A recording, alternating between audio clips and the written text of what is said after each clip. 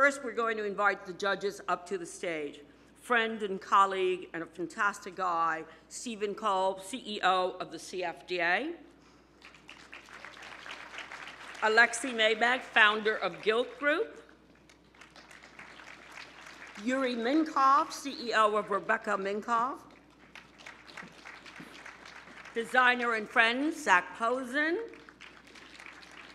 Colleague and friend, Style.com's editor-in-chief, Dirk Standen. Okay, following the presentation, our judges will choose the winner to receive $10,000 in cash and the chance to have their app launched by the CFDA. But remember, there are so many eyes here. You're always winning. Throughout this intense process, I have had the pleasure of working with some teams and fielding questions and sending my advice through audio emails and helping them understand the needs of our industry as it relates to technology. And I hope I was clear. So please remember, these are concepts. They were developed in only 24 hours by teams of people who had only just met. What can happen in 24 hours? Let's welcome to stage Team 42, and please remember they have only 4 minutes to present, and I know no one understands the need for speed better than the tech world. Thank you, Candy, and you can actually tweet at us, 42JView, if you have any other questions or comments. My name is Kathy. I want to introduce you to my team, Lucas, Sarah, and Nick. We have had such a fun time building this product, so we think this is something that will really change the in-store experience, and we hope you'll love it as much as we do. How this idea works is what we want to do is bring the intelligence of online commerce and the ability to make personalized recommendations, take that to improve the in-store experience. Let's take a look at Sarah's trip on the weekend. So she walks into a store, she's checking out at the register, and she leaves the store. There's no way for them to know what Sarah bought or what to follow up with Sarah. So luckily enough, Sarah leaves her email, and the store starts sending Sarah a bunch of different offers as if she's a first-time customer. She's been in here 20 times. She's not a first-time customer. This is what happens when you send your customers who don't want your emails. This is your most valuable asset. You cannot have this happen. So this is a big problem. How big of a problem is it? 95% of retail is still being done in stores. Wouldn't it make sense for us to take some of that online intelligence and transfer it in stores so you start to learn about Sarah as a customer? Let's take a look again. Sarah walks into the store, and when she's walking out, she has her phone, she taps it, and her email and everything is left with the retailer. So over time, you start to build a customer profile for what Sarah likes and what kind of things that she wants to buy. And Sarah not only gets an email and exclusive, things tailored to just her, she also gets a profile that we populate with her past purchase history. As a brand and as a designer in the crowd, how many people have time to read those 40-page sales reports that you get from data companies?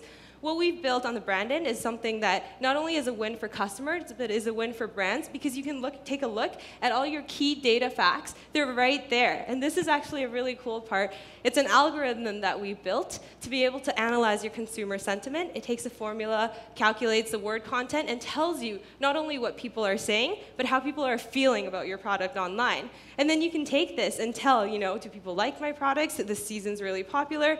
Go over to looks. This is where it translates into sales. A lot of software out there will tell you what your sales look like. Oh, this is your POS. It's 3 months after the fact. I can do nothing about it. Not only is this data live time, take a look at the red area. That's what your sales are. That's what your sales look like now. Take a look at the gray area. That's what your sales could be, because you now understand customers like Sarah a little bit better, and you can tailor different offers to her. As we all know, anyone who's been inside a store knows that the best salespeople are people who start to understand us first as customers and know what we like. So it makes sense to send people who like different things, different emails, and to really tailor and target this taste. This is by far the most powerful piece of the platform. This is what we call the personal tab. So what this grid allows you to do is categorize first and foremost what your customers are like, what they're interested in, so you can know what appeals to them. Are they a luxury shopper? Do they care about price? Do they care about early access to products? What this allows you to do, so here we have a Jacob by Jacob Marks bag, and you can take it, input the product, and we'll give you the most ideal customer along with a list of their emails that you can contact, because we know that you'll have the highest likelihood of providing the most value to these guys. This is our timeline. So over the course of the next 100 days, what can we do and what do we plan to do? We want to be able to pilot this with the most innovative fashion brands out there, get some consumer feedback, do an online integration, and then roll out phase 2. And we've talked to probably about 100 different people over the course of the past week, everyone from salespeople to store managers to CEOs. And we asked them, you know, the in-store experience, what is it that you would like to be able to see in it? And unanimously, we heard it's an experience that needs to be improved and needs to be a lot more tailored. The good news is we're not yet there. It's not yet a catch-up game, and we feel like it makes sense for the industry that influences millions of people around the world to be the trendsetters in finding a solution. Thank you. Thank you so much. All right, the judges, you have 2 minutes. I feel like I'm giving a lot of minute orders here, but you can go. Oh, we actually have the product here for you to test. It's a functional prototype. Everything's working, so you can actually play with it. So,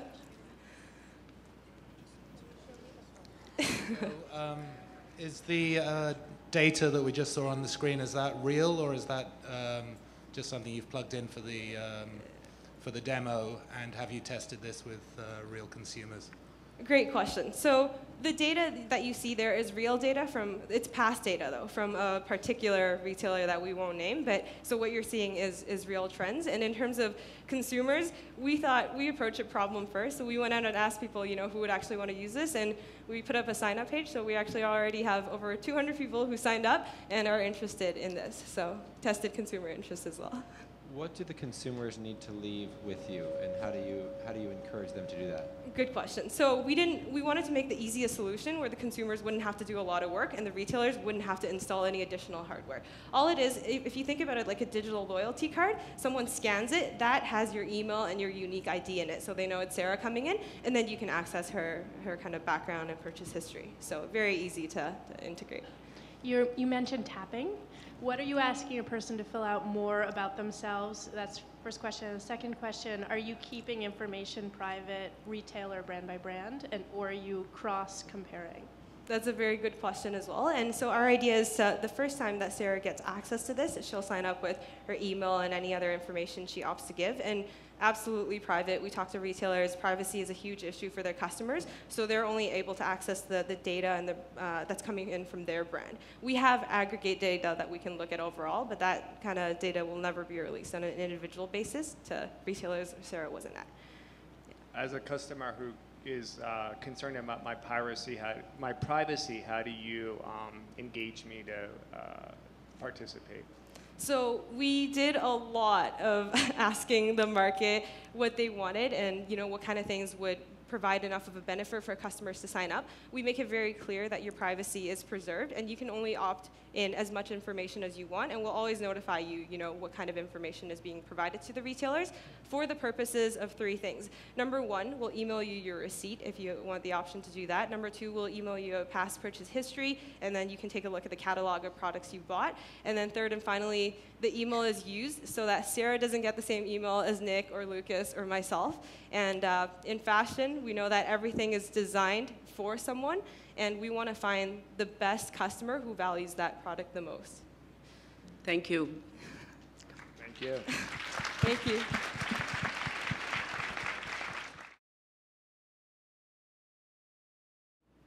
Hi, I'm Jason, and this is Coveted. Coveted is one-click checkout for Tumblr. Coveted allows brands to post products directly to their Tumblr stream. So let me tell you guys a few quick facts about Tumblr. Tumblr is huge. It's got over 90 million blogs, 20 billion page views per month, and about 20% of that content is fashion-related. And as you guys know, most CFDA members have an active presence on Tumblr. So here's an example, Public School, CFDA incubator brand. Now, they posted this picture that they spent time, money, and effort creating the products that he's wearing. Now, the best thing that could happen is that people love it. And guess what? They did. And they started to reblog it. And then they started to reblog it. And so on and so on. So people are engaged with the product as it goes around Tumblr.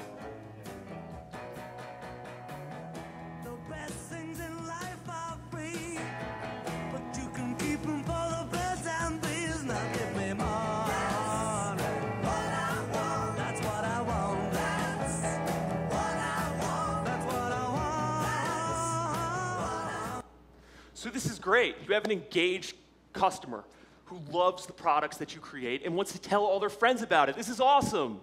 But there's one tiny little problem. And it happens when you click through on this image. So when you click on this image, this is what you get. It's the same thing, but there's no text.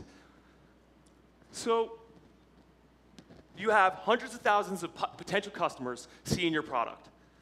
Now, let's say I'm one of those customers. Here I am, looking through my iPhone, right? And I see this. So I click on it. If the brand is using Coveted, it'll bring the user straight to a page to buy right now. Now, when they click buy now, if they're already signed up, it'll bring them to the order confirmation page. If not, it's as easy as entering your credit card information and your address. After that's done, you confirm it. After the confirmation, both the buyer and the seller is notified of the purchase. And this would happen on any of those blogs that they click through on. Now, this is what we call purchasing at the point of inspiration. So how easy is it to get a brand signed up onto Coveted? Very. Once they're approved by us, all they need to do is log in with Tumblr, and they could start entering product information and choosing the perfect photo that's going to get them engagement first and foremost, and sales. So you pick the picture, and then when it's ready to go, you choose when you want it to post and confirm it. The whole process shouldn't take you longer than a minute. So you already have an existing e-commerce platform. That's great. Our plan and what we're working on now is integrating with those so you can continue to use it for your order and inventory management. So there you have it, Coveted. Purchasing at the point of inspiration. So we love it. We've already been talking to brands like Gray Ant, Public School, and Hudson Jeans. And we hope that the CFDA can come together with us so that we can bring content, commerce to everybody. Thank you so much. Judges? I have a question. How do you guarantee the supply to the demand? So that goes back to Does it rely on the site or on the vendor? it's relying on the vendor, right? So you guys will get a sense of how much your image is getting clicked and views as part of the analytics. But one of the things that we're going to be doing with that is, that goes back to the e-commerce integration, right? So we're going to be integrated, if you have an e-commerce site, with your inventory. So that if somebody hits the page and it's unavailable, unfortunately, it'll be unavailable. So it connects back to the designer's e-commerce site. It doesn't populate where that is being sold online elsewhere. Well, So when you click through it, it would click back to Zach's e-commerce site. no, when you click through, it goes to our Don't have one yet. to us, but we integrate. Yeah, but Right. one of the nice things about But this, it's his inventory from his one of the great e-commerce things is you can run this without having an e-commerce backend. Why? So, How? we could build. I mean, this is it. You can post products. Unfortunately, right now we're not ready to do fulfillment, Sure. and ever when we'll go into that later. I'd love to chat with you later about this, but Would you be allowing, let's say, third-party sites like a Shopbop, right, to also put up images? right now we want to be pretty brand focused, right, and allow them to do it directly. It's your content. Why not be able to sell it directly on Tumblr to your followers? To make the, oh, you can ask us that. Yeah, if you had a photo that had a mix of brands, and you had those brands both participating, would the person be able to, when they click on the photo, buy from either? That's the eventual goal. Also, if you notice, there was a vest, there was a hat, there was pants. We just showed the vest. The goal would be to enable you to sell all those products on one page. In order to scale this, do you have to tie into every partner's website, or are you building APIs just into Demandware or some of the big hubs? Right now, the goal is the big hubs. I mean, if you have a custom site, it's going to be a lot more difficult, and we're going to have to see that, site by site, make our own decisions as to the value of that. Do you know roughly how many people work with those four hubs that you There's mentioned? actually more than that, and one of the people that's sort of been helping us on that front has, he's been incredibly helpful, and there's about 20 or so that everybody uses, right? Beyond that, then it's, custom integrations, and it depends on the customer. And all of them have hooks to get in and out. All right, thank you. Thank you. All right. Okay. Thank you. We're really thrilled to be here and to share with you today a really exciting platform that's going to be disruptive for the global outsourcing model. I'm going to start with a story, which is really the genesis of our idea. So 6 months ago, India's largest fashion retailer reached out to me. They have a multi-million-dollar problem, which is how do they coordinate the inefficiencies in their supply chain? They have thousands of artisans across India that they work with. They have time delays. They have coordination issues. But I also discovered that this is not just a problem for Indian companies. This is really a big problem for designers in the US. So over the past 3 weeks, I've been meeting with young designers, established designers, really trying to understand their pain points. What are the pain points? They're so simple. Language issues, sampling errors, having to wait weeks on end for swatches to come by post because designers simply don't trust artisans and the work that they do. We think that there's really scope for technology intervention here, using really simple technologies, smartphones, mobile phones. This is really hurting productivity and profits. So here at SWATCHit, we really think that connectivity is productivity. SWATCHit is an innovative B2B platform that connects global designers with emerging market artisans in a very simple and seamless, elegant web and mobile platform. It's really an app that simplifies communication through images, questions, and very short and accurate responses. What we're really trying to prove here, and the demo will go through this, is that we want to bring back the iterative human aspect to design in the creative process, which we think has been lost through the outsourcing model currently. So essentially, what designers can do is they upload swatches that they would like to have sampled, they submit specs, timeframes for completion, for example. We're also really cognizant that the CFDA is trying to protect the IP and the intellectual property of designers. So we've even integrated a really simple NDA agreement process for the artisan to basically sign up to before the approval process occurs, which is coming up right now. So really, in its simplest form, artisans review the swatches, they respond, they can even upload their own images, and this is really the collaboration impact. They can share their own creative capital, their own designs, and really come together with this really human and creative experience. So we think this is really exciting because we're building a database of artisans in India and other emerging market regions. This is going to have huge social impact. It's going to have huge economic impact. We're going to find new sources of supply. We're going to open up the market, lower costs for designers. Looking forward, how are we going to grow? We're going to build out our business model. We're going to build our revenue model. We're going to add additional functions and features as shown up on the demo. Even attractive things like color corrective Pantone imaging, which will be really helpful for designers. Our research tells us that there's nothing like this in the market. It's really simple, it's really accessible, and we'd love to have your questions about it.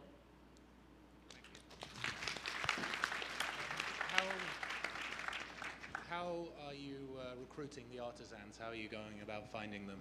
So this is actually a really complex problem. I think we're going to start in different phases. So the first phase is to really onboard designers who work with existing artisans and help with the coordination effort. And then it's really a network effect. So you bring on more designers, you bring on more artisans, and you build the model out. We've also thought about potentially having referral mechanisms so that artisans can refer other artisans in India, for example. And importantly, we can also work with NGOs in India that have massive frameworks of women that do a lot of this type of work and really increase the social impact. And if designers suggest artisans, will they be able to keep them exclusive to themselves, or will those be shared with other designers? I think that this is certainly, exclusivity is an important point. This is certainly something that we are developing in the business model. It may be the case that we can maintain that, depending on the circumstances. Is there a quality control or system check in terms of onboarding artisans to make sure that they actually are who they say they are, or is there some sort of a vetting process before an artisan can be approved to be on the platform? Absolutely. So when we get to the second round of our model, when we start onboarding artisans and sourcing people to work with, there'll be sort of infrastructure in place that we'll need to develop. Absolutely. We'll be very cognizant of that. I think it's also very important to have fair labor as part of this. Yeah. I also would question domestic sourcing for the CFDA, being an American designer, and I think that could be a large component of it as well. That would be incredibly successful and also promote American manufacturing. Absolutely. as well as international. So I think this is an app really for the industry generally. I mean, we recognize the outsourcing issues. We recognize that also there's a lot of work that's done in India, like very fine beadwork that I'm sure that you know, that can only be done in India. It's also really expensive because it's being monopolized by certain groups. And this is also a way to democratize that process as well. And will there be a search function, say that I just want beading, but I don't really know what the visual is on that, and I can do embroidery or beading? It gives me a database and so that's something that we've developed. So essentially, a designer can go in with very simple specs and say, I'm looking for a gold embroidery or a red beadwork, and then they can procure that from the artisans in the database, who can upload their images for selection and then begin a creative discussion around what they want to get out of it. And could it evolve into sourcing of factories and fabric and Absolutely. other That's business? really, you know, a later stage of our model. We really want to focus on simple communication methods to start, to really iterate and make sure that the model works correctly, yeah. Do you plan to go beyond just the matchmaking and get involved in the import or the tracking process, or is that left between the person ordering and the person making? I think that to a certain extent that could be left to the two counterparties. We're essentially a tool to help coordination. We can look at potentially revenue opportunities, maybe revenue shares, but I think that's a little bit sort of the next stage of what we're trying to achieve. We just want to build a platform that can connect to very distinct counterparties that are having a lot of issues at the moment in terms of communicating. Will you be charging the brands or the artisans? Where does that fit in? So I think in sort of considering the revenue model, maybe a two-part revenue model, so working with designers, potentially an upfront fee and then a subscription-based model that could really help the business develop, yeah. Thank you so much. Thank you. Thank you, thank you. Thank you so much. 42, Coveted, and SWATCHit. The judges are now going to go deliberate, and they will come back at 12:55 if we're still on time to announce the winners.